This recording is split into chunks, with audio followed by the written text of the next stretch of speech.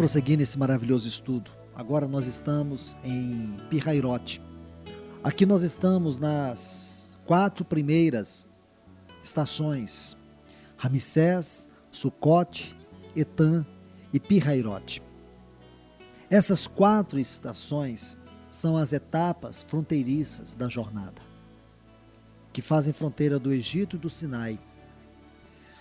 Aqui nós precisamos entender cada uma dessas etapas, porque elas estão relacionadas ao início da nossa vida cristã. É interessante você notar que em Números 33:8 diz que eles saíram de Pi-Hairote, passando pelo mar ao deserto, e andaram 3 dias pelo deserto de Etam. E depois em Êxodo 15:22 diz que e fez Moisés que partisse Israel do mar vermelho e sair ao deserto de Sur. O deserto de Sur é o mesmo deserto de Etam. Então Pi-Hairote, se você puder olhar no mapa, você vai ver que ele fica na parte acima do mapa. O lago de Mensalé, ou o mar de juncos, ou Yam Sof, que é o mar vermelho, e aonde está o canal de Suez, porque foi aqui que o povo de Israel passou. E esse termo Yam Sof, em hebraico, fala mar de juncos, ou mar de canas. Então de Ramsés eles passaram por Sucote, e de Sucote eles foram para Etam, e depois eles foram para Pi-Hairote. É o que nós estamos estudando nesse momento.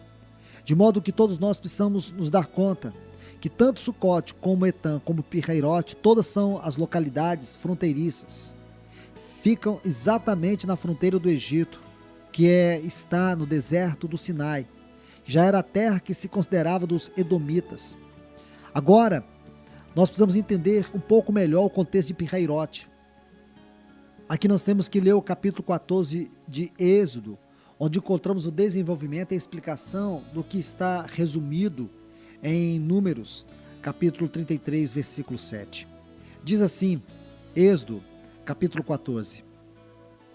Disse o Senhor a Moisés: fala aos filhos de Israel que retrocedam. Observe essa palavra, retrocedam. E se acampem de frente a Pi-Hairote, entre Migdol e o mar, diante de Baal-Zefon. Em frente deles, vós acampareis junto ao mar. Então o faraó dirá dos filhos de Israel: estão desorientados na terra, o deserto os encerrou. Endurecerei o coração de Faraó, para que os persiga, e serei glorificado em Faraó e em todo o seu exército. E saberão os egípcios que eu sou o Senhor, e eles assim o fizeram. Somente até aqui, depois nós vamos ver outros textos nesse mesmo capítulo.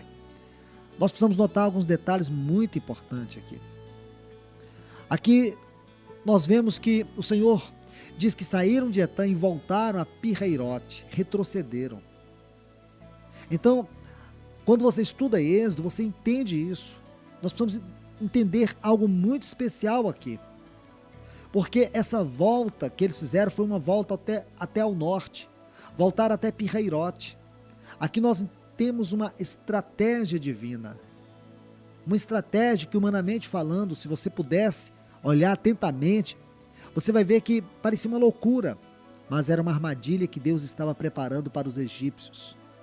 Eles não tomaram a rota normal, isto é, o povo de Israel não andou na rota normal, que passava pelas terras dos filisteus. Seria uma viagem de aproximadamente 320 quilômetros, de aproximadamente 30 dias. Eles não foram nessa rota.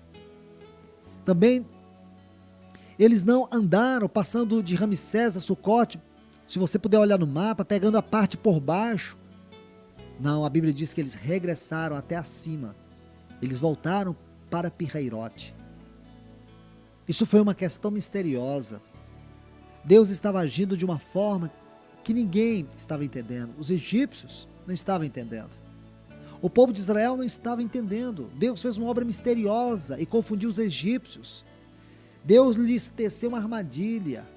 Mas irmãos, irmãs, claro que enquanto Deus lhes estava fazendo essa armadilha, o povo estava nessa fronteira. O povo estava experimentando algo para conhecer mais de Deus. Ou seja, às vezes, parece que Deus permite que o diabo nos coloque em situações onde nós achamos que vamos perecer, onde achamos que seremos derrotados. Mas temos que saber que o nosso Deus, Ele é um grande estrategista. Quando se trata de batalha espiritual, nunca esqueça, Ele é o nosso general e Ele sabe todas as estratégias de guerra espiritual. Precisamos confiar nele. Nós até aqui, quando estávamos no mundo, você vai olhar isso, estávamos acostumados a fazer nós mesmos as coisas para poder nos livrar de todo o perigo, de todos os problemas. Mas agora você vai ver que quando você entra na vida cristã, você precisa confiar que é Deus que faz. E uma das coisas também interessantes que é importante você considerar, é que no início da vida cristã, desde que nós nos entregamos ao Senhor, é natural que muitos cristãos, no início, passem por algumas lutas, nos seus negócios, no seu trabalho, na sua família. E muitas vezes o inimigo começa a colocar no seu coração o sentimento de que você está errado, de que você cometeu algum erro. E esse tipo de sentimento é o que se experimenta aqui em Pirrairote. Vamos ler aqui o que está descrito em Êxodo, para que vocês entendam, se deem conta de como essas coisas sucedem conosco. Veja que no versículo 1 diz que o Senhor falou a Moisés, dizendo aos filhos de Israel que voltem, retrocedam e acampem diante de Pirrairote, entre Migdol e o mar, até Baal-Zefon. Diante deles, acamparei junto ao mar. O Senhor colocou agora Israel numa situação que ele estava diante do mar, e por detrás estava o exército de Faraó, e de lado, ou ao lado, estavam montanhas. O povo de Israel estava numa situação onde se encontravam encurralados entre os egípcios e o mar. Aos olhos humanos, isso equivale a sair das seguranças do mundo e confiar somente em Deus. Nesse Deus invisível, misterioso, mas glorioso e poderoso, que é o nosso verdadeiro Pai. Esse Deus que nós precisamos a conhecer. Um cristão maduro, ele já conhece a Deus. Através dos anos, ele tem experimentado a fidelidade de Deus. E sabe que essa é a direção certa, mesmo que nós nos encontramos numa situação entre o mar e os soldados ou o exército egípcio. Um cristão maduro sabe o que significa isso. Um cristão maduro, é comum que ele experimente essas experiências de fé, mas um cristão novo não. Um cristão novo, ele não vive tal experiência de fé, porque sua segurança ainda está em si próprio, na sua força carnal. Por isso que Deus muitas vezes permite que nós venhamos passar por uma experiência dessa como Pirrairote, para que nós venhamos conhecer a maneira gloriosa de Deus se revelar em situações, em dificuldades. É aqui em Pirrairote que começam as vacilações também. Esse é um outro princípio que nós aprendemos em Pirrairote. Quando nós aprendemos no início da nossa fé cristã, e muitos que estão me ouvindo estão passando por essa experiência, no começo da jornada espiritual, às vezes não sabem para onde vai, às vezes não sabem nem o que está acontecendo, às vezes alguns até julgam que a maneira espiritual de andar está equivocada em relação à maneira natural de se viver. Alguns cristãos no início da fé cristã são provados em muitas áreas. É nesse tempo que muitas seitas e heresias começam a bater na sua porta, lhe oferecendo revistas, ensinos que ferem a verdade da doutrina, da palavra de Deus. É nesse momento que a família começa a se levantar contra você. Mas aqui fala de vacilações também. É onde Deus vai provar o caráter da sua fé. É onde Deus vai levar você a ter experiências concernente à sua fé, ao seu caráter espiritual. É isso que você tem que entender. É interessante que Pirrairote na Idade Média se chamava Airut. Hoje em dia no Egito se chama Yangerut.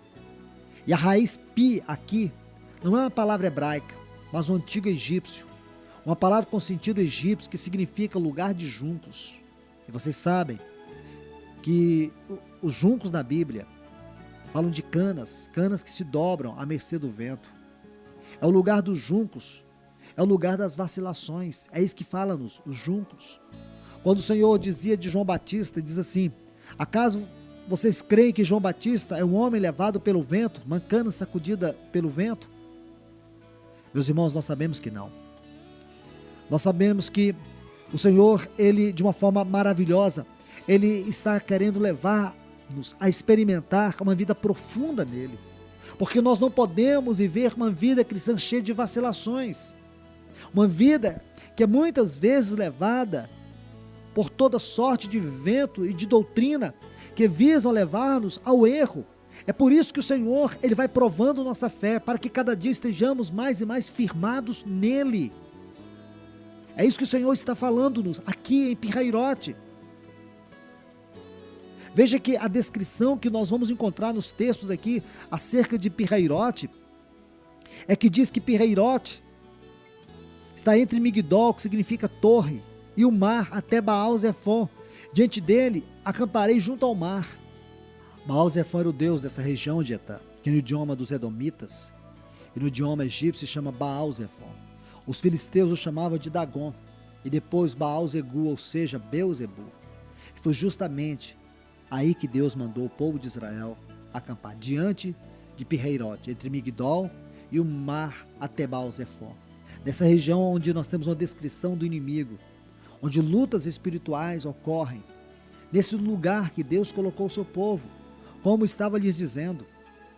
Parece que Deus, Ele coloca o seu povo numa situação onde com certeza haveria desespero. Mas por que Deus faz isso?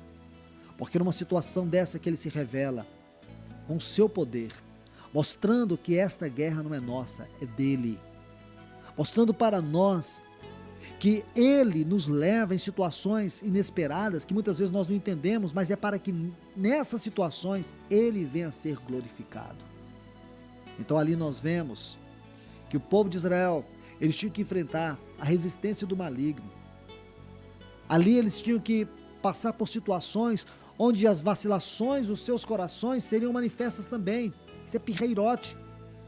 Aqui nós temos uma situação que Deus permite para que as vacilações do povo se manifestassem. Deus colocou o povo de Israel diante do próprio inimigo, mas com o propósito de que em tudo isso Ele viesse ser glorificado. Porque nós temos que confiar que é Deus que dirige nossas vidas. É Deus que às vezes faz com que nós venhamos viver experiências que muitas vezes não conhecemos, mas aonde Deus se revela para que nós venhamos conhecer a Deus. Nós precisamos entender isso, porque isso é Pirrairote. Muitas vezes achamos que estamos equivocados, às vezes até julgamos que Deus está equivocado, mas não. Ele sabe por qual caminho nos conduzir. O propósito é Deus mostrar que quando tudo parece que está contra você, nesse momento, todas essas coisas cooperam para que você venha conhecer mais e mais o caráter do poder de Deus. Porque é Deus quem fala aqui. Diga aos filhos de Israel que deem a volta, que retrocedam, que retornem. Eles vinham de Ramsés, eles estavam acima, aí desceram um pouco mais abaixo para Sucote e Etã. E aí depois o Senhor diz para eles retornar, retroceder. Há momentos na nossa vida que nós temos que retroceder. Há momentos na nossa vida que nós temos que voltar, porque Deus quer tratar conosco. Nós não podemos prosseguir. E se você for lendo o capítulo 14, você vai ver que há muitas vacilações que estavam dentro do coração do povo de Israel. Porque Faraó dissera que o povo de Israel estava encurralados na terra. Eles estavam equivocados. O diabo, muitas vezes, vê nossa situação difícil. Muitas vezes o diabo acha que nos encurralou, acha que Deus nos desprezou, de modo algum. A Bíblia diz que Deus endureceu o coração de Faraó. E ele seria glorificado em Faraó e em todo o seu exército. E todos os egípcios saberiam que Deus é o Deus daquele povo. Deus não é o Deus somente dos céus, Deus é o Deus do seu povo. Meu irmão, minha irmã, escute isso. Deus é o seu Deus. Meu irmão, Deus é o seu Deus. Minha irmã, Deus é o seu Deus. Ele quer revelar sim para você. Ele que permitiu que o diabo fizesse tudo aquilo com o povo de Israel. Mas em todas essas situações, mesmo na vacilação do povo, ele foi exaltado. Veja aqui no versículo 5 de Êxodo, capítulo 13, diz que foi dado aviso ao rei do Egito que o povo fugia. E o coração de Faraó e dos seus servos se voltou contra o povo e disseram: como temos feito isso, de haver deixado ir Israel para que não nos sirva? Essa é a resistência. Essa é a luta dos demônios para impedir o avanço dos que estão começando o seu caminhar. Esse é o conflito, essa é a guerra. A Bíblia diz que no versículo 6 que Faraó armou o seu carro, tomou consigo o seu exército, 600 carros escolhidos, todos os carros do Egito e os capitães sobre eles. O Senhor endureceu o coração de Faraó, rei do Egito, e ele seguiu os filhos de Israel. Mas os filhos de Israel haviam saído com mãos poderosas. É aí que nós vemos a intervenção divina. Quando começa a sair do modo natural e começa a avançar para o modo espiritual, o viver pela fé, é onde se dão as situações mais difíceis da nossa vida. Mas é aí que nós vemos a mão de Deus. Já não é nada humano, é sobrenatural. A Bíblia diz que pela fé Moisés deixou o Egito, não temendo a ira do rei, porque se susteve olhando o invisível. Não é o que está lá em Hebreus capítulo 11. E não é isso que Deus quer de nós. Essa deve ser a nossa experiência. Aqui nós temos o primeiro degrau de lutas espirituais que nós enfrentamos. Porque o inimigo não quer abrir mão da nossa vida, ele quer manter o controle, ele quer manter o domínio sobre nós. E Pirreirote significa isso, revela para nós isso. A maneira como Deus nos tira das mãos de Satanás, mas também como tira de dentro de nós as vacilações, os caminhos errados que nós trazemos. Aqui nós temos uma experiência muito gloriosa. No versículo 10 de Êxodo 14, diz que quando o Faraó os alcançaram, os filhos de Israel levantaram os seus olhos. Interessante que aqui nesse momento nós vemos que os filhos de Israel começaram a olhar para Faraó, se esqueceram da coluna de fogo, se esqueceram do livramento do Senhor, se esqueceram das mãos poderosas que os estavam conduzindo. Eles olharam para Faraó. É aqui que nós precisamos ser cuidadosos, porque é isso que o inimigo quer. Ele quer que você tire os olhos de Deus. Hebreus 12 diz que Jesus é o autor, é o consumador da nossa fé. Nós sabemos que o Senhor Jesus não é somente o autor, aquele que foi e abriu o caminho primeiro, que peregrinou a primeira jornada rumo à glória da eternidade, introduzindo a humanidade na glória. Ele é o nosso capitão. E a Bíblia diz lá em Hebreus 12, olhando firmemente para o autor e consumador da nossa fé. Nós temos que concentrar nossa visão nele, nós temos que concentrar os nossos olhos nele, nós temos que olhar para ele, porque se nós tirarmos dele o nosso olhar, com certeza nós iremos ver o mundo, iremos ver o governo deste mundo, iremos ver as armadilhas de Satanás para nos enganar, para nos confundir e para nos levar ao medo, para tirar de nós a confiança em Deus, para nos levar ao naufrágio. Que Deus possa falar ao seu coração e que esta palavra sirva de exortação quanto à sua vida, quanto ao seu caminhar, em relação a tantas lutas que você tem passado. Nós ainda prosseguiremos estudando sobre este mesmo assunto, na esperança de que Deus tem muito para poder transmitir ao nosso coração.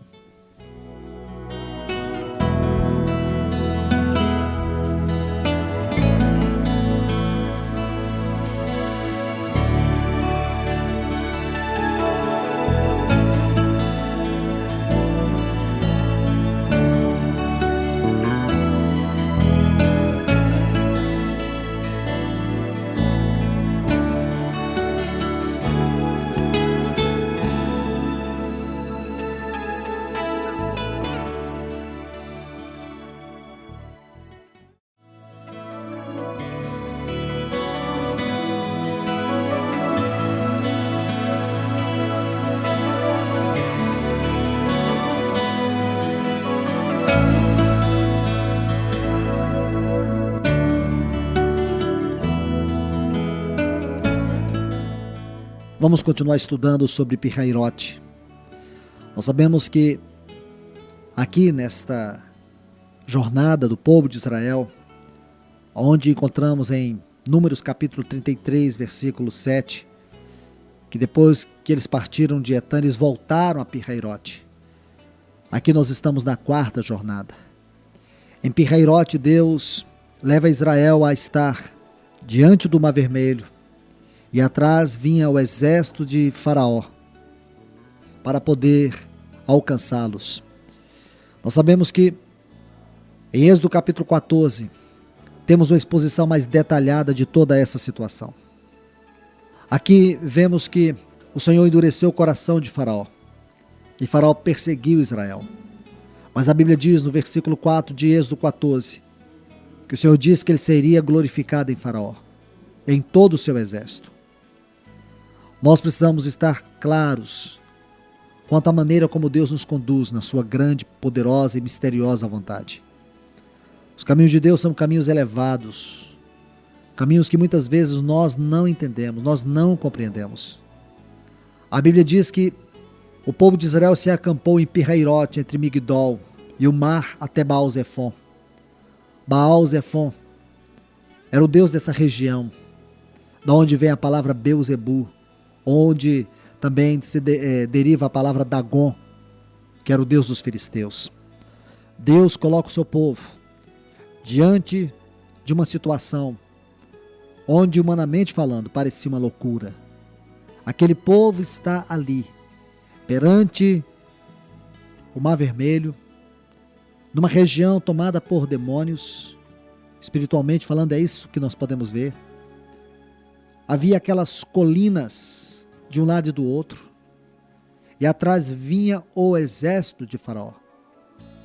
Aqui nós vemos que em todas essas situações era propósito de Deus se revelar aos filhos de Israel. Sabemos que essas 4 estações, Ramsés, Sucote, Etã e Pirhairote, revelam para nós as experiências do início da jornada cristã.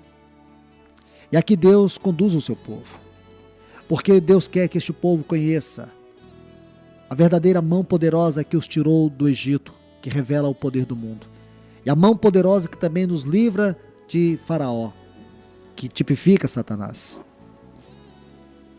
A Bíblia diz que quando o povo teve ciência de tudo isso, eles começaram a murmurar. O versículo 11 de Êxodo 14, a Bíblia diz que eles disseram a Moisés: será por não haver sepulcro no Egito que nos tiraste de lá, para que morramos neste deserto? Por que nos trataste assim, fazendo-nos sair do Egito?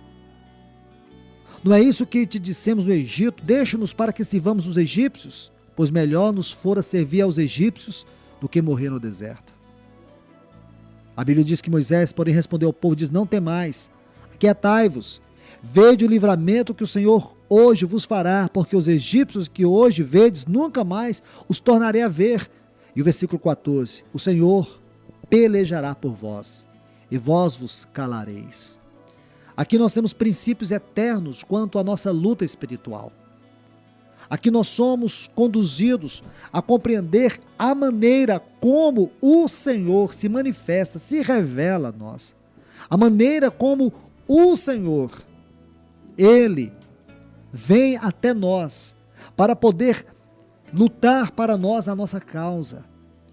Porque muitas vezes nós queremos pelejar na vida cristã, queremos lutar na vida cristã com as nossas próprias forças, queremos lutar a batalha espiritual com as nossas próprias forças, queremos pelejar com as nossas próprias forças.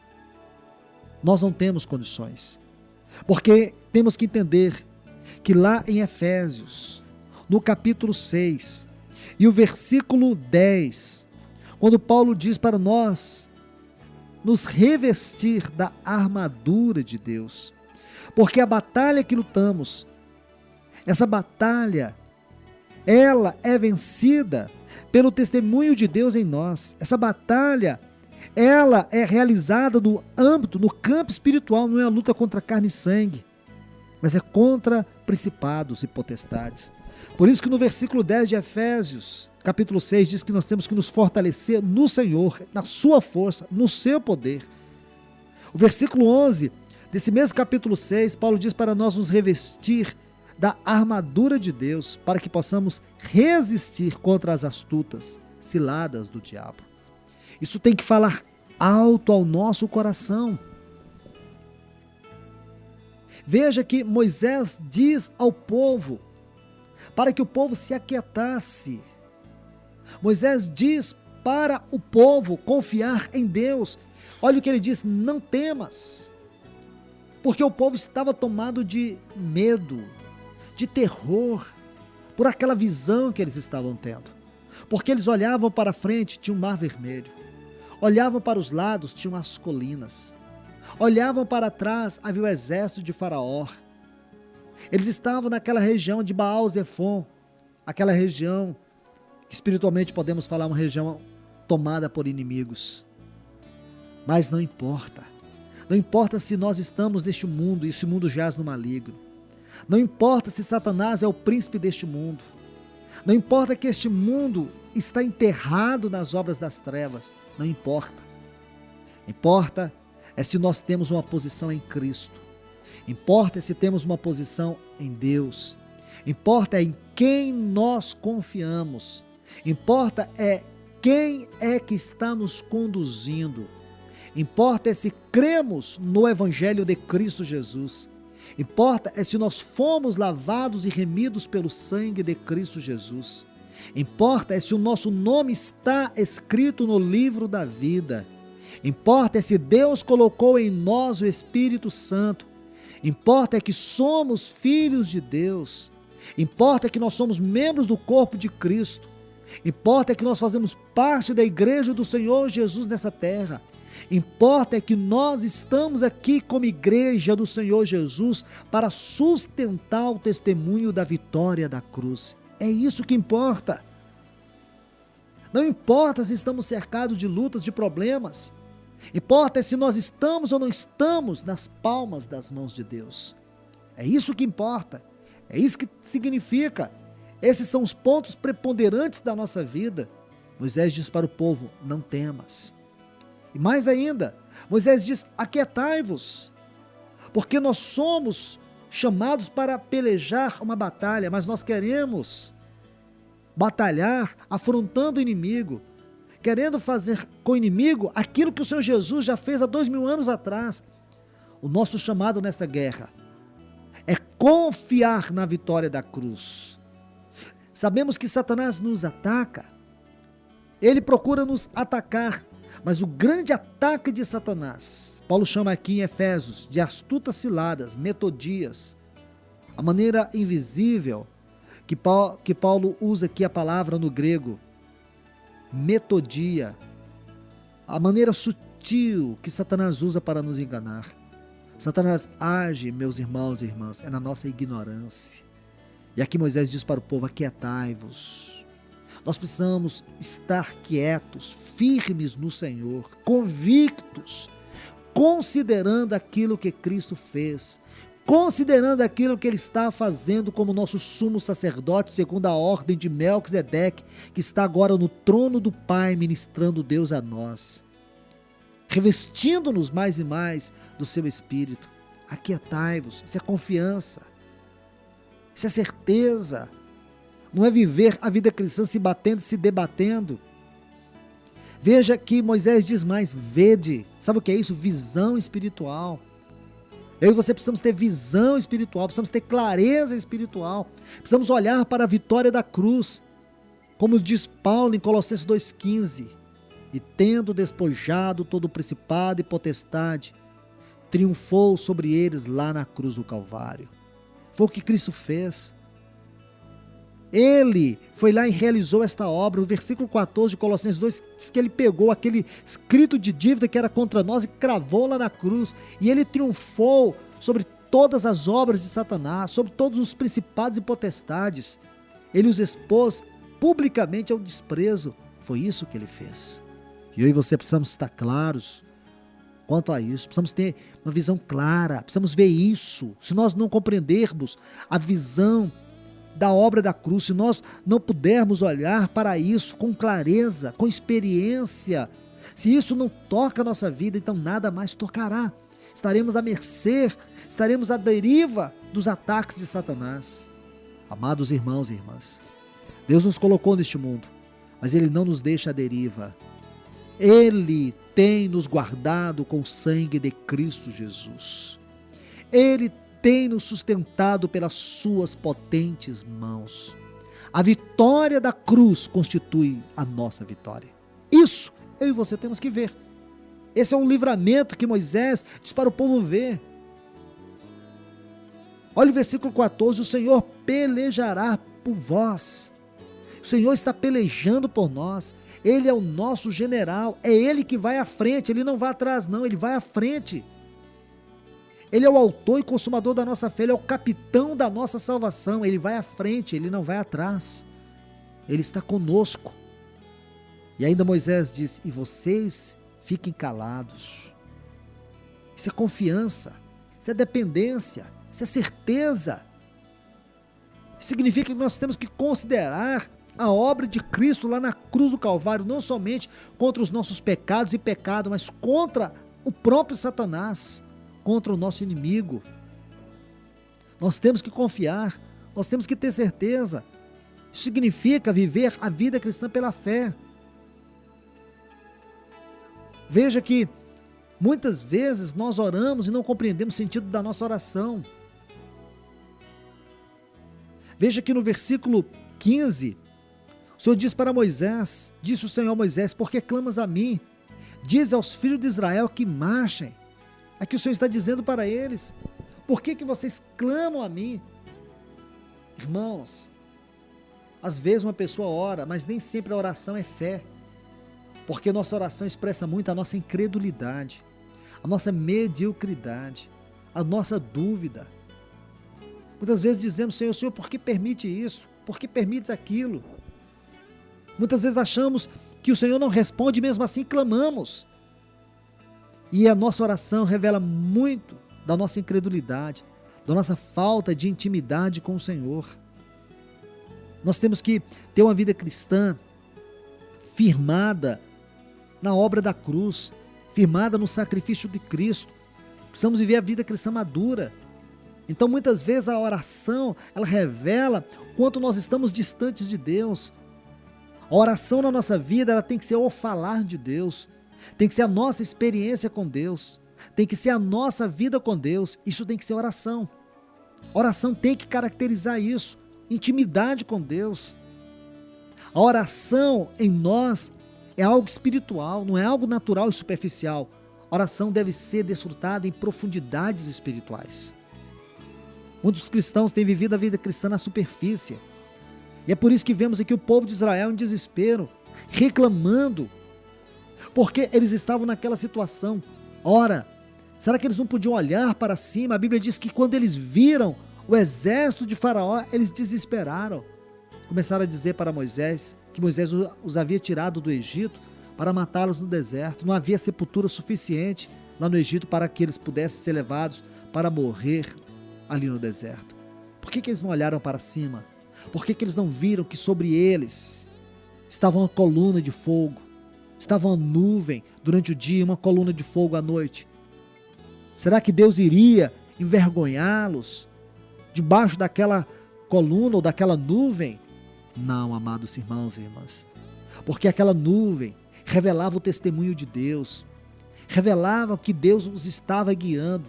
Aquele momento para eles era um momento importante, porque eles tinham que considerar isso, o que Deus não apenas estava fazendo, mas o que Deus era para eles.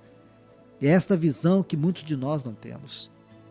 Nosso relacionamento com Deus é muito interesseiro, é muito utilitarista. Nós precisamos ter um relacionamento com Deus, onde nós não devemos buscar a Deus por nada que não seja por Deus mesmo. Esta clara visão de quem é Deus, essa clara visão do caráter de Deus que tem faltado a muitos cristãos. Por isso vivem uma vida cristã perturbada, confusa e cheia de obsessão. Precisamos viver a vida cristã profunda, com realidade espiritual. Precisamos viver a vida cristã com intimidade espiritual. Precisamos viver a vida cristã conhecendo o caráter de Deus, porque esse é o desejo de Deus, revelar o seu caráter para o seu povo. Ele não é um Deus desconhecido, ele é um Deus que se revela, ele é Emanuel, Deus conosco. Este é o propósito dele, se revelar a você. Ele levou Israel para aquela situação, para quê? Para se revelar a eles. Por mais que ele os tivesse colocado ali, diante do Mar Vermelho, ao lado estavam as colinas, atrás todo o exército de Faraó que vinha contra eles. Por mais que parecesse loucura, Deus dizia: retrocedam, não sigam adiante, retrocedam. Aquela estratagema de Deus visava manifestar sua glória ao seu povo. E eles não viram isso. Eles não tiveram aquela visão espiritual. Eles não puderam entender que aquela coluna mostrava isso, aquela nuvem mostrava isso. Visão espiritual. Irmãos e irmãs, como nós somos carentes, como nós somos extremamente carentes de entender essas verdades em nossa própria experiência, nossa própria vida, no nosso próprio dia a dia. Como nós somos centrados em nós mesmos, como as nossas próprias situações regem nossa vida. Nós não somos guiados pelo Espírito de Deus, pela palavra de Deus. Nós somos guiados pelos nossos sentimentos. Precisamos ser livres disso, precisamos ser libertos disso. Só Deus, no seu Espírito, para poder nos ajudar, para poder nos levar a águas profundas e nos revelar o seu caráter, nos revelar sua glória, nos revelar sua vontade, nos revelar seu poder. Que Ele prossiga te abençoando com esta palavra.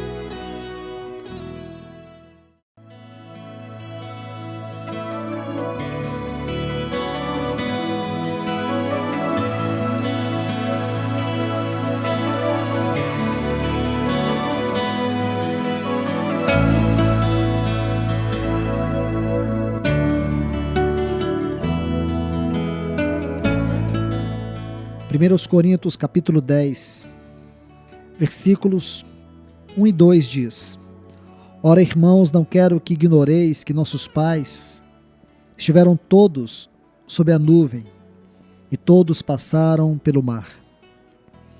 E tendo sido todos batizados, assim na nuvem como no mar, com respeito a Moisés.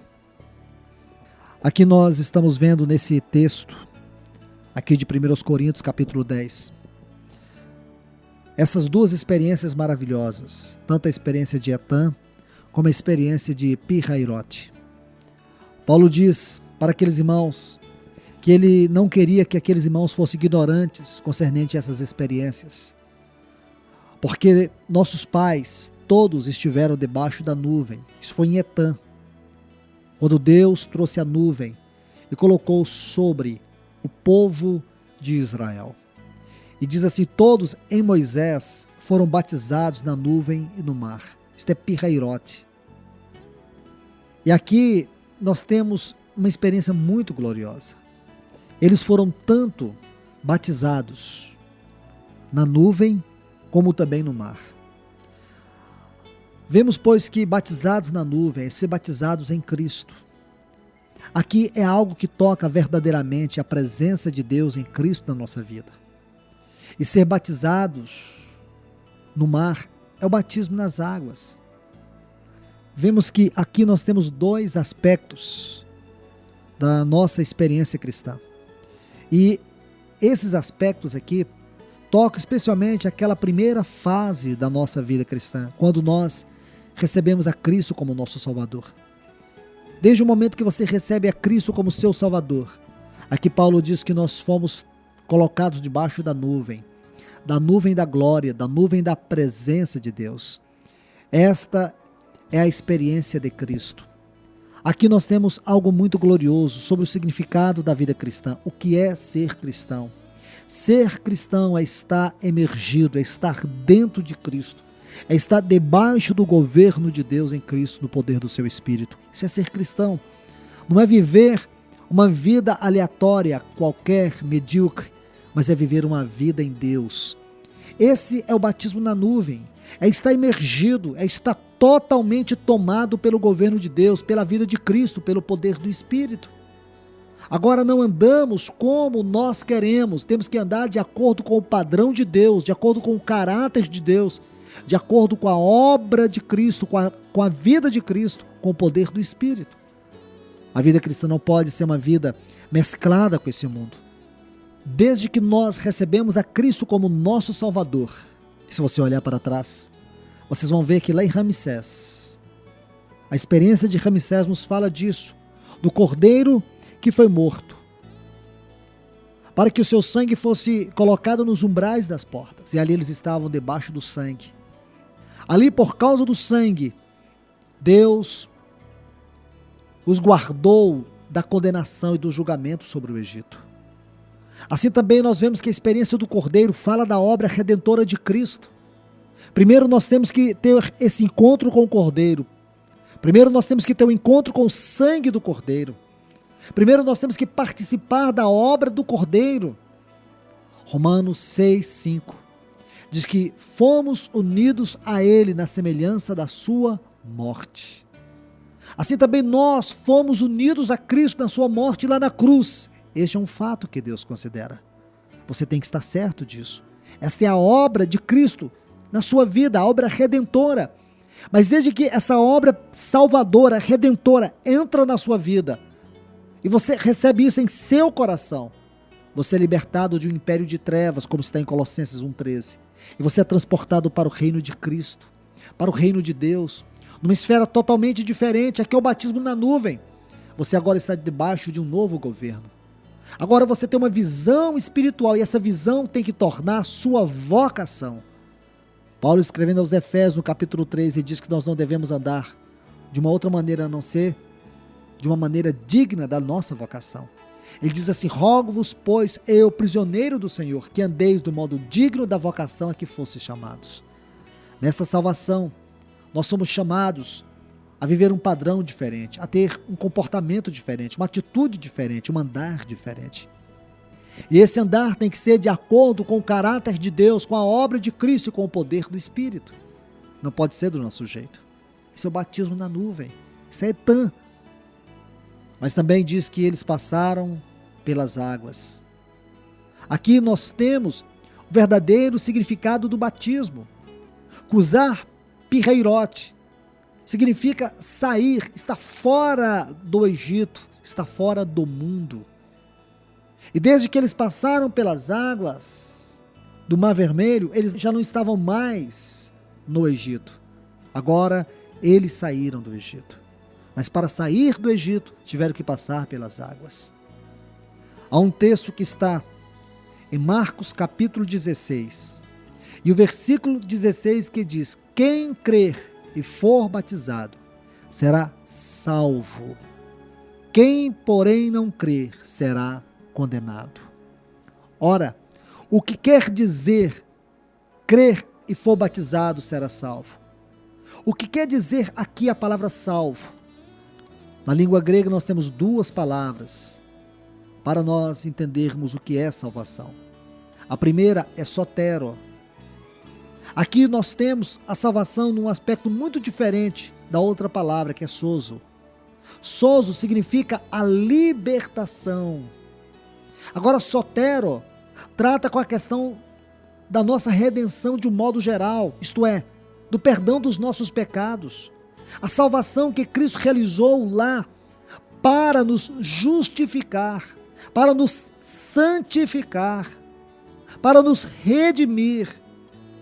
Mas sozo fala de libertação. E aqui, em Marcos 16:16, a palavra aqui é sozo e não sotero. Quem crer e for batizado será liberto. É essa a palavra. Aqui fala de libertação. Não quer dizer que para você ser salvo, você tem que ser batizado, porque o ladrão da cruz, Ele foi salvo, mas ele não foi batizado. Mas não haveria necessidade nenhuma dele ser batizado, porque ele morreu. Logo que creu, ele morreu. Mas se ele tivesse que permanecer, ele teria que passar pelo batismo, porque o batismo significa a nossa emancipação do mundo.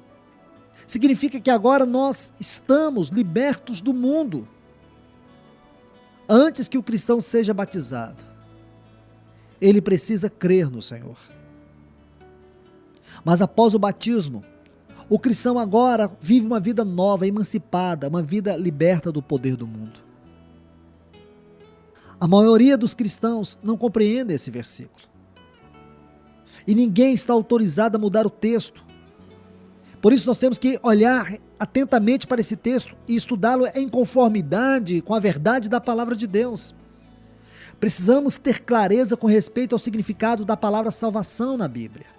Qual é o objetivo da salvação? De acordo com a Bíblia, salvação está relacionada com o mundo. Não ser livrado do inferno, mas em primeira instância, ser liberto do poder do mundo. O oposto de vida eterna é perdição, enquanto que o oposto de salvação é o mundo. Precisamos ser salvos para fora do mundo, porque o mundo é um poder que nos corrompe. É um poder que rouba de nós a presença de Deus e nos tira da presença de Deus. Enquanto pertencemos ao mundo, estaremos num estado de perdição. O mundo, como um todo, já está condenado. E se você pertence ao mundo, você não apenas está no estado de perdição, mas também de condenação. Por isso nós precisamos entender que na salvação nós somos libertos do mundo. Veja que a Bíblia diz em Romanos capítulo 5, versículo 19: porque, como pela desobediência de um só homem, isto é, Adão, muitos se tornaram pecadores. Não é necessário que uma pessoa peque para ser pecadora. Por causa do pecado de um homem, todos se tornaram pecadores. Desde que alguém esteja em Adão, ou seja, no mundo, essa pessoa está em completa oposição a Deus. Ela é inimiga de Deus. Sua posição está errada, pois é uma posição de perdição, é uma posição de condenação. Essa é a história de uma pessoa que não é salva. Segundo a Bíblia, os 4 fatos cardinais com respeito ao mundo são: primeiro, o mundo está condenado. Segundo, o mundo jaz no maligno. Terceiro, o mundo crucificou o Senhor Jesus. Quarto, o mundo é inimigo de Deus. Deve-se notar que o mundo não apenas peca, mas também crucificou o Senhor Jesus. O mundo é inimigo de Deus. Aqui nós temos 4 fatos fundamentais sobre o mundo do ponto de vista de Deus. E todos os que estão julgados e condenados é porque estão no mundo. O que está errado com as pessoas nesse mundo é muito mais do que os atos injustos que cometem. É a própria posição que elas têm diante de Deus, e essa posição está errada. Como pode alguém abandonar o mundo se ainda o mundo está atraindo ela? Mas se um dia, pela obra da salvação, pela obra redentora de Cristo, o evangelho penetra no coração desta pessoa, seus olhos são abertos, e aí ela vê que a sua posição está errada diante de Deus. Por mais atraente que o mundo seja, essa pessoa o abandonará. Portanto, a salvação diz respeito à libertação de um relacionamento impróprio com o mundo, bem como de uma posição indevida neste mundo. O mundo em que vivemos está errado, porque esse mundo matou o nosso Senhor Jesus. Portanto, o mundo é inimigo de Deus. O mundo está julgado. E é desse mundo, é desse relacionamento que nós precisamos ser libertados. Então, o que significa salvação? Ser salvo é ser liberto dessa irmandade, dessa posição, desse relacionamento com o mundo. Em outras palavras, sair do mundo. As pessoas normalmente se preocupam com a sua justificação pessoal, mas elas precisam ser lembradas do lugar de onde foram salvas. Salvação é ser salva do mundo, para fora do mundo. Salvação é ser salvo do mundo, para fora do mundo, não apenas ser tirado do inferno, ou do julgamento, da condenação do inferno, mas também de um relacionamento mundano. Então é isso que significa o batismo. O batismo é a declaração da nossa emancipação, a nossa emancipação do mundo. O batismo significa em experiência de que agora nós não pertencemos mais ao mundo. O mundo era a nossa esfera de vida, de relacionamento, mas agora, desde que fomos batizados, a nossa esfera de relacionamento é em Cristo, é na vida de Cristo e é para a glória de Cristo.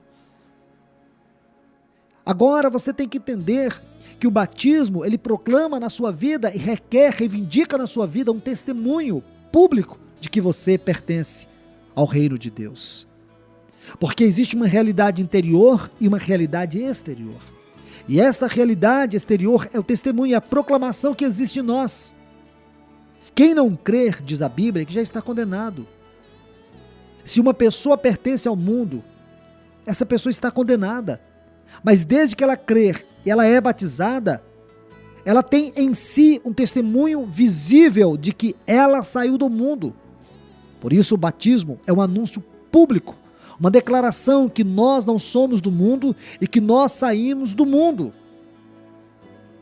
Nós temos que entender que o termo salvação não está relacionado apenas ao aspecto pessoal da nossa vida, mas também à nossa libertação com relação ao mundo. É uma questão de sair do mundo. Não é somente a questão de nos livrar da condenação do inferno, mas também do poder do mundo. Eu e você temos que ser claros quanto a isso. Se nós não temos uma visão acerca do que significa essa experiência lá em Pirairote, onde eles tiveram que sair, passar pelo mar, se nós não entendemos o que significa tudo isso na nossa vida cristã, nós não sabemos o que é verdadeiramente esse batismo. Veja que a palavra de Deus mantém uma unidade de pensamento. Em 1 Pedro 3,20, nós lemos assim: nos dias de Noé, na qual poucos, a saber, 8 pessoas foram salvas através da água. Isso mostra a salvação sob um ângulo muito interessante. Veja o que o Senhor Jesus diz, lá em Marcos 16:16, quem crer e for batizado será salvo. Lá no Pentecoste, você vai ver a proclamação de Pedro, quando ele prega o evangelho para aquelas pessoas. Você vai ver que Pedro, ele proclama o evangelho. E ele diz para aquelas pessoas, em Atos 2:38, arrependei-vos cada um de vós e seja batizado em nome de Jesus Cristo, para a remissão dos vossos pecados, e recebereis o dom do Espírito Santo. Agora, nós vemos aqui que o Senhor fala sobre a salvação através da água. Tudo que não resiste à passagem pela água do batismo não é salvo. Veja que no tempo de Noé todos foram batizados, mas apenas 8 saíram da água com segurança. O dilúvio veio e cobriu toda a terra. Todas as pessoas foram mortas, mas somente 8 pessoas saíram da água. Isso fala do poder da vida em ressurreição. O número 8 está relacionado à ressurreição, porque o Senhor Jesus, ele ressuscitou no 8º dia. Aqui nós temos 8 pessoas saindo da água. Isso é muito interessante. Todos, na época de Noé, no tempo de Noé, foram imergidos na água, mas apenas 8 pessoas saíram dela. Aqui Deus tem o seu testemunho. Toda a humanidade morreu afogado pelas águas do dilúvio, mas 8 pessoas saíram da água, porque a água não pôde retê-las. Essas foram salvas. Hoje o mundo inteiro está sob a ira de Deus. Entretanto, a pessoa que se batiza passa pela ira de Deus e ressurge do mundo condenado. Esse é o significado do batismo. Batismo é impressão de um lado e imersão do outro. Batismo traz à mente o passar pelas águas e o ressurgir delas. Todas as pessoas no tempo do dilúvio passaram pelas águas, mas 8 pessoas saíram. Hoje também nós somos salvos pelo batismo. É porque entramos na água e ressurgimos delas. Por isso, meus irmãos e irmãs, vamos entender essas verdades em nossa experiência cristã. Vamos entender essas verdades na nossa própria vida. que nós venhamos dar valor a cada uma dessas estações. Aqui nessas primeiras estações iniciais, nós vemos os primeiros aspectos da nossa experiência cristã. Experiência do Cordeiro, a experiência da nuvem, a experiência do mar. Todas essas experiências iniciais tocam profundamente a nossa vida. Que o Senhor nos ajude a entender a sua palavra, a entender essa maravilhosa experiência do batismo. Que sejamos enriquecidos mais uma vez por aquilo que Cristo está ministrando a nós.